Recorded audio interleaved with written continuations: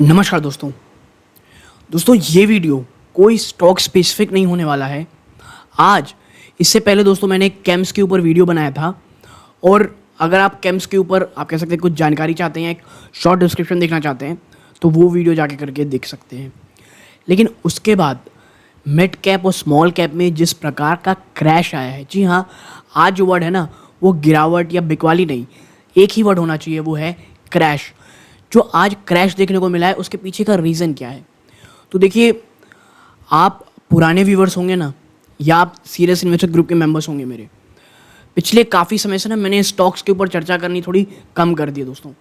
खास करके mid cap small cap जो ग्रुप मेंबर्स हैं, वहाँ पर भी स्मॉल कैप और मिड कैप के स्टॉक के ऊपर, या आप कह सकते हो जो स्टॉक स्पेसिफिक है निवेश के लिए, वो अभी देनी बंद कर दी थी वहाँ पे चर्चा करनी, क्योंकि एक तरह का जो यूफोरिया बना हुआ था, प्लस बाजार अपने आप कह सकते हैं 20,000 को टच करके एवरीबडी वाज सो हैप्पी। उस समय ना दोस्तों बहुत ज़्यादा डरने की ज़रूरत थी, क्योंकि कभी भी क्रैश आ सकता था, कभी भी गिरावट हो सकती थी। अब क्या ये गिरावट आप सकते हैं यहाँ से परमानेंट नीचे, अब स्टॉक नीचे चलते रहेंगे, ये कोई भी नहीं कह सकता। इसीलिए हमेशा बाजार की बजाय स्टॉक्स को देखें।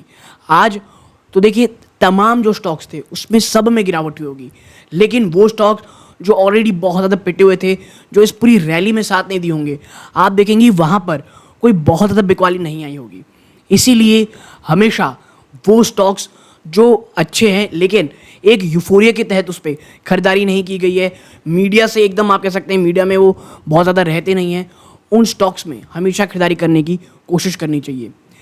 मिड कैप स्मॉल कैप में खास करके गिरावट क्यों हुई? आप समझिए एक चीज़, बाजार, आप एक सिनारियो अपने दिमाग में रखिए, बाजार ऑल टाइम हाई है। ये वो सेक्टर है दोस्तों, इंडेक्स है, जो पिछले 2-3 सालों में 30% ज़्यादा के सीजीआर से अपने निवेशकों को रिटर्न दिया है। कई रिटेल निवेशक तो इसे एटीएम मशीन मान चुके थे। पैसे डालो, महीने 2 महीने आप कह सकते हैं स्टॉक में आपको अच्छे खासे रिटर्न दे देगा, बट ये कभी ना कभी तो रुकना था। आज मैं आपको बता रहा हूँ, कितने सारे रिटेल निवेशक, चाहे वो ट्रेड में हो, चाहे वो आप कह सकते हैं ऊपरी स्तरों में हो, वो इतनी बुरे हालत में रहे होंगे दोस्तों उस गिरावट में, जिसका कहीं कोई आप कह सकते हैं अंदेशा नहीं है। और देखिए, कई लोग पैनिक में आके सब सेल कर देंगे, लेकिन आप समझिए ऐसे निवेशक, आपका जो आप कह सकते हैं माइंडसेट है वो क्या है? क्या आपने जब मिड कैप स्मॉल कैप में निवेश किया था, क्या आपने शॉर्ट टर्म के लिए किया था, तो आपने स्टॉप लॉस लगाया होगा, वो आप गिरावट हुई, आप सेल करके निकल गए। लेकिन यदि आपने लॉन्ग टर्म में पैसे लगाए हैं, ठीक है, तो आप स्टॉक में बने रह सकते हैं। लेकिन देखिए, प्रॉब्लम ये है ना, मिड कैप स्मॉल कैप की प्रॉब्लम ये है कि जब इसमें रैली होती है, यूफोरिया आता है, तो कई ऐसे स्टॉक्स होते हैं दोस्तों जो इतने ज़्यादा ऊपर चले गए रहते हैं कि जब बाजार में क्रैश आता है, या आप कह सकते हैं पूरे इंडेक्स में क्रैश आता है, वो इतनी बुरी कदर गिरते हैं दोस्तों कि आने वाले कई सालों तक वो लेवल्स नहीं दिखते। आप उठा करके देखेंगे ना इतिहास को, तो कई ऐसे मिड कैप स्टॉक्स जो एक समय इतने ज़्यादा हाई थे, निवेशक उस यूफोरिया रैली में, उस फोमो में, फियर ऑफ मिसिंग आउट में उसे खरीद चुके थे, कि जब बड़ी गिरावट हुई ना, और उन्होंने आप कह सकते हैं उस बड़ी गिरावट में पहले जब स्टॉक आप कह सकते हैं जब बाजार बहुत ऊपर था, वहाँ जब स्टॉक्स खरीदारी की थी, कई स्टॉक्स ने आज भी वो लेवल्स नहीं दिखाए हैं। तो हमेशा मैं ये कहता हूँ, रिस्क रिवॉर्ड को प्लीज़ देखिए, चाहे वो इन्वेस्टमेंट भी हो दोस्तों, सिर्फ इसलिए कि मैं ये तो लॉन्ग टर्म खरीदने वाला हूँ, किसी भी स्टॉक को किसी भी लेवल पे प्लीज़ मत खरीदें। बाजार का सम्मान करें। बाजार आप कह सकते हैं, समझिए, बाजार at the end of the day जो मेन फंडामेंटल है, जो चीज़ है, उसमें आएगा ही। यूफोरिक बाइंग और यूफोरिक आप कह सकते हैं पैनिक सेलिंग, 2 वर्ड दोस्तों याद रखिए। यूफोरिक बाइंग, हर कोई खरीदारी करने लग रहा है, उस समय बचें। पैनिक सेलिंग अगर हो रही है सिर्फ कुछ नेगेटिव 1-2 न्यूज़ के कारण, जैसे आज एक और न्यूज़ आई दोस्तों, भाई नितिन गडकरी साहब ने एक बयान दिया कि भाई वो फिनेंस मिनिस्टर कहेंगे कि 10% आप जीएसटी लगा दो डीजल में, डीजल गाड़ियों में। बुरी कदर गिरावट हुई, आग में घी का काम किया वो बयान, और तमाम auto stocks, Ashok Leyland, Tata motor एक समय में भयंकर गिरावट दिखा रहे थे। बट वो एक न्यूज़ फ्लो के कारण है। क्या इस न्यूज़ के बाद जो स्टॉक्स के फंडामेंटल थे, क्या वो खराब हो चुके? क्या वो निवेशक जिन्होंने निचले स्तरों पे बहुत शानदार बाइंग की हुई है, टाटा मोटर जैसी कंपनी को पैनिक में दोस्तों कई के निवेशकों ने 100 रुपये 150 रुपये में खरीदा हुआ है, क्या अभी बेच देंगे? नहीं, उन्हें पता है, उन्होंने बहुत अच्छी कंपनी, बहुत अच्छी में बाइंग की हुई है, ये बस एक न्यूज़ है जो आती जाती रहेंगी। तो ये चीज़ अपने दिमाग में हमें हमेशा रखना है दोस्तों, और कभी भी खरीदारी करनी है लॉन्ग टर्म का सोचना है, ठीक है। अगर मिड कैप स्मॉल कैप में निवेश कर रहे हैं तो कोशिश ये करें जब गिरावट बहुत ज़्यादा हो, जब वो पूरा का पूरा इंडेक्स बहुत ज़्यादा प्रेशर में हो, या एटलीस्ट यूफोरिक सेशन में तो ना चल रहा हो, जिस सेशन में वो अभी चल रहा है, सिर्फ और सिर्फ हर तरफ से बाइंग बाइंग और बाइंग चल रही है दोस्तों, ठीक है। तो एज अ रिटेल निवेशक प्लीज़ चीज़ों को समझें, और बाजार आपको इंडिकेशन देता रहता है दोस्तों। आपको पता होगा कुछ समय पहले से ही जो आप कहते हैं स्मॉल कैप मिड कैप जो स्कीम्स हैं उसमें लमसम निवेश लेना बंद कर दिया गया था।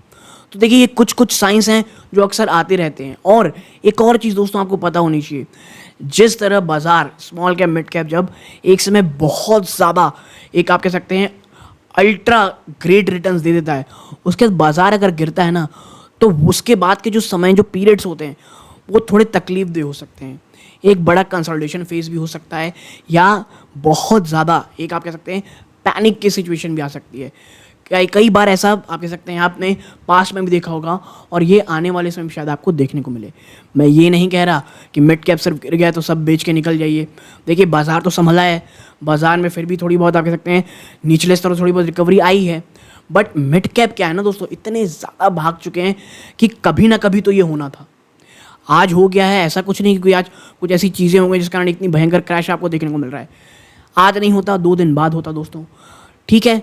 तो आप as a risk profile, as a retail निवेशक आपको अपनी रिस्क प्रोफाइल समझनी पड़ेगी। लॉन्ग टर्म अगर निवेश कर रहे हैं, और मैं आपको फिर बता दूं प्लीज़, लॉन्ग टर्म का मतलब मोर देन 3 ईयर्स होता है मिनिमम। ये मैं कह रहा हूँ आपको, अगर 3 साल से ज़्यादा आप किसी स्टॉक को आप कह सकते हैं होल्ड करके रख रहे हैं दोस्तों, वो समय लॉन्ग टर्म होता है। मेरे हिसाब से 1 से 2 साल ये एक मीडियम टर्म होता है दोस्तों, अगर आप लॉन्ग टर्म इन्वेस्टमेंट की बात कर रहे हैं। और ये जो चीज़ दोस्तों ये आती जाती रहेंगी, बाजार की चीज़ें हैं। हाँ, ये समय होगा आपके पास जो स्टॉक्स की लिस्ट होनी चाहिए, आपके पास स्टॉक की लिस्ट तैयार होनी चाहिए कि भैया ये स्टॉक को हमको लेना है। एक गिरावट का इंतज़ार करना था, अब वो गिरावट आ रही है दोस्तों। तो अब धीरे धीरे इत्मीनान से हम स्टॉक्स में खरीदारी करनी शुरू करेंगे। वो स्टॉक्स जो बहुत अच्छे लेवल पर हमको मिलेंगे, उसमें धीरे धीरे हमको एक्यूमुलेशन करना है दोस्तों।